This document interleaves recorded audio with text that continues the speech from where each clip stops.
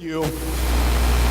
And just full disclosure, Pam was at worship Thursday night, and so she heard the story that I'm going to share with you, and she also gave me permission to share it. So I'm being 100. So whatever I'm telling you now, she heard Thursday night with the story. Last summer for Pam's birthday, I bought her a new bicycle.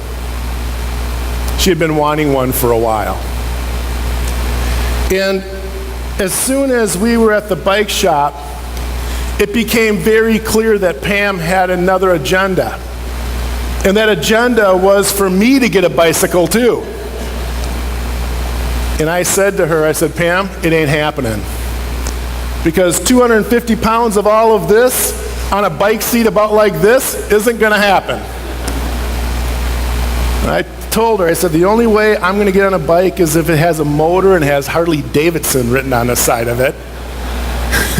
And then I told her, and I tell her this all the time, and she'll admit it, I had to remind her of what I always tell her. Honey, we always do better together when you have no expectations of me. Well, anyways, it was a Friday morning a couple weeks ago. It was fairly warm, about 48 degrees. It was sunny, beautiful morning. And Pam decided that she wanted to go for a bike ride. And what you need to understand is that Pam and I live partially between Sheboygan Falls and Gibbsville. And we have this Friday morning routine of usually heading down to Oostburg to go to Judy's restaurant and having breakfast there together. That's kind of our deal. That's what we do on Fridays. And so anyways, here was the first big bike ride of the year. Hooray! On her new bike, yes! And so anyways, Pam says, Todd, give me about 20 minutes and let me start pedaling. And about 20 minutes leave and I'll meet you at Judy's restaurant for breakfast. And I'm thinking to myself, 20 minutes isn't gonna be enough time because Judy's is about 5 or 6 miles from her house. You know, how is this going to work? Well, anyways, I said fine. And so Pam starts off down our street, which if you stay on it, eventually turns into a country road, which has farm fields. And Pam is gone probably about 5 minutes, and she calls me. Okay, that's not a true statement. Pam is gone about 3 minutes, and she calls me. And she says, Todd, my hands and ears are super cold. It's so windy. I'm walking my bike up the hill. And I said, well, do you have a hat and mittens? No, I forgot them. And I said, do you want me to come and pick you up? No, I'll be okay. And so we hang up. And then about 3 minutes later, my phone rings again. That's not a true statement. About 1 minute later, my phone rings, and it's Pam. And on the phone, it sounds like a wind tunnel. I mean, that's how strong the wind is out in the country, okay? So it sounds like a wind tunnel. And she goes, oh, Todd, just so you know, I'm walking my bike again because my legs feel like wet noodles. Okay, that's how I choose to remember the story. And then I say, well, do you want me to come and get you? No, I'm good. Just come. Just leave the house in about 10 minutes and just, I'll meet you at Judy's. And at this point, I go to my phone, and Pam had wanted me to use the Find a Friend app, and she wanted to be on my phone so if she's ever out bike riding, that I could kind of track where she was and kind of keep. So I look up Find a Friend, and I'm looking at where she is, I think, she's almost to the stop sign at the end of our subdivision. Okay, maybe that's a little not true, but anyway, so she's about 2.5 miles down the road, okay? And I notice that, so I keep getting ready. I check my app every couple of minutes, and the red dot's not moving. It's in the same spot. So about another 5 minutes goes past, and the red dot is still in the same spot.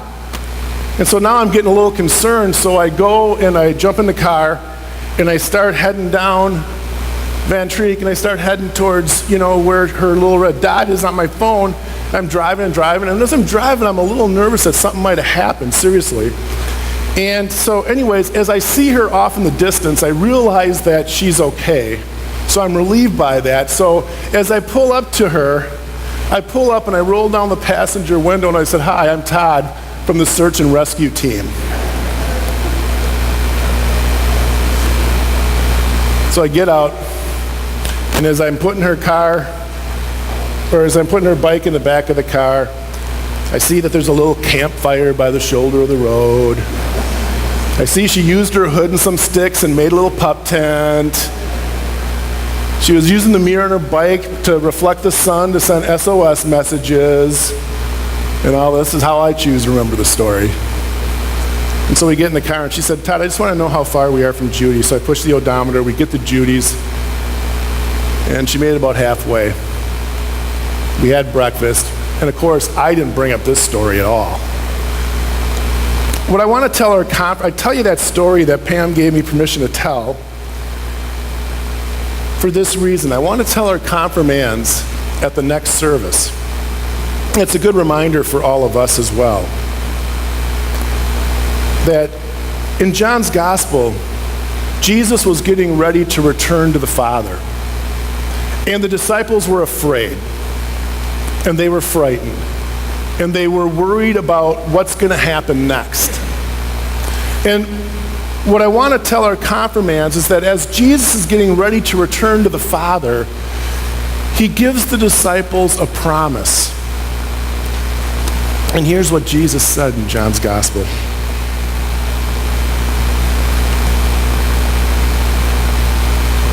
"I'm going to give you the advocate, the Holy Spirit, whom the Father will send in my name, and he will teach you everything and remind you of all that I have said to you. Peace I leave with you, my peace I give to you." And I want to tell our confirmands that, another translation has that being the friend, the Holy Spirit.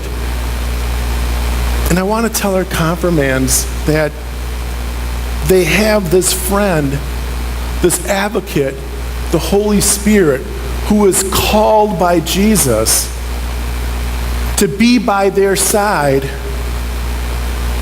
no matter what.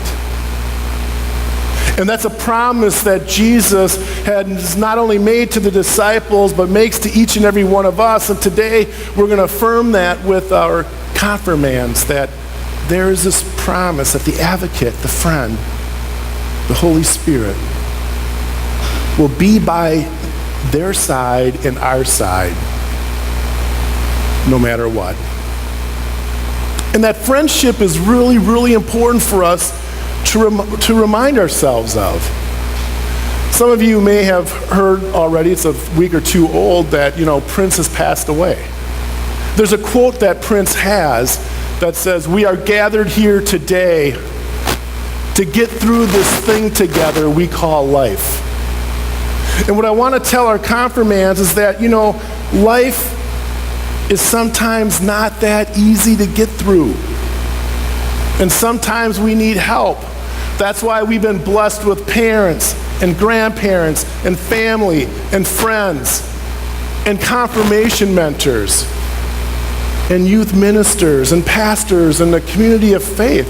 Because this thing that we call life isn't always easy to get through.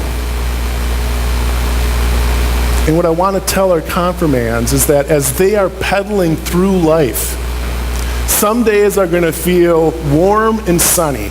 And some days you're going to feel that you have enough energy to pedal up and down the hills. And guess what? The friend, the advocate, who is called to be by your side will be with you. And there's going to be other days, I'm going to tell our confirmands in their lives, where you're going to be tired. You're going to be about halfway to your destination, and your red dot isn't even going to be moving on your Find a Friend. The friend, the advocate, the Holy Spirit is called to be by your side in those moments of life as well. That's what I want to tell our confirmands. And I also want to tell them that when they are tired and afraid and fearful and worrying about what tomorrow is going to bring, the friend, the advocate, the Holy Spirit who is called to be by their side will be by their side in those moments too. What I want to remind our confirmands is of this Jesus promise of the Holy Spirit in their lives, no matter where they're pedaling, and that Jesus will leave with them love and peace. He will make them whole, and they will be well. Amen. If you are able, will you please stand?